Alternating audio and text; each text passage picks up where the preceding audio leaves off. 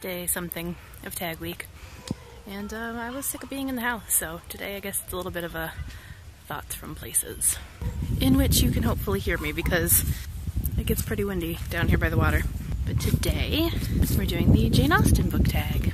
I am away from my computer, so I can't recall offhand who tagged me or who started the tag, but I will leave them below. But basically, you know, if it has to do with Jane Austen, I'm all in. So the premise of this tag is all of the questions are kind of based on a defining characteristic of one of Austen's 6 novels. I'll leave the questions below, and I'm going to get straight into it. Question 1 is based on Sense and Sensibility, and it's about a book with a dynamic sibling relationship. And it's funny because when I was planning this, I forgot for a minute that they were all based on Jane Austen, and they started to say Sense and Sensibility as my answer, which is totally cheating. But since I can't say that, I'm going to say Something Real by Heather Demetrios. That's a big part of the book, actually, is the sibling relationships and sibling interactions, and it all plays out in front of cameras, and it's very interesting and very good. Number 2 is all about Pride and Prejudice. Ooh. Pause for a minute to look at the beautiful clouds behind me. Okay.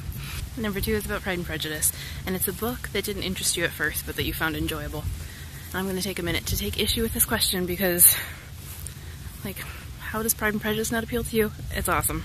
I actually do have a lot of answers for this, though, because there were a lot of books like this that, as a kid especially, I didn't think I was going to like. They were all pretty much recommended by the same teacher. I don't know why I didn't just trust her, because she always chose amazing things, and things for me specifically to challenge me. Things like Hatchet and True Confessions of Charlotte Doyle, which I thought I was going to hate, both of those.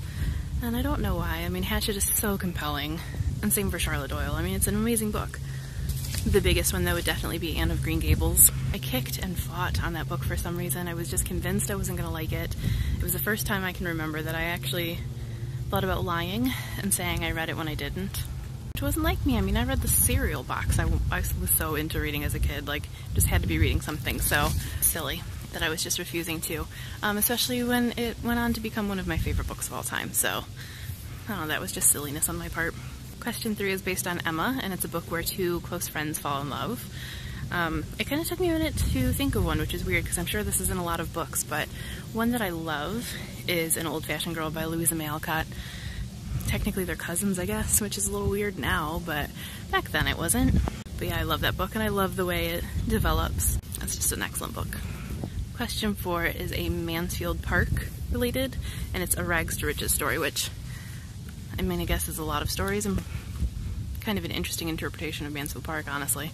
I'd say you can probably go with anything Cinderella related, in which case I'm going to choose The Lunar Chronicles, the first book, Cinder. Even though I don't think you really get to the riches stage of that yet in that book, you know, it's a Cinderella retelling, so it counts, and I love it. Number 5 is based on Persuasion, and it's a book about second chances, and this is probably a really interesting and off interpretation of this, but Vicious by V.E. Schwab. It's kind of all about villains, but Victor, the main villain, the anti-hero of the story, whom I love, I mean, he's kind of seeking redemption, and he's seeking to fix some things, to right some wrongs, so it counts, because I say it counts.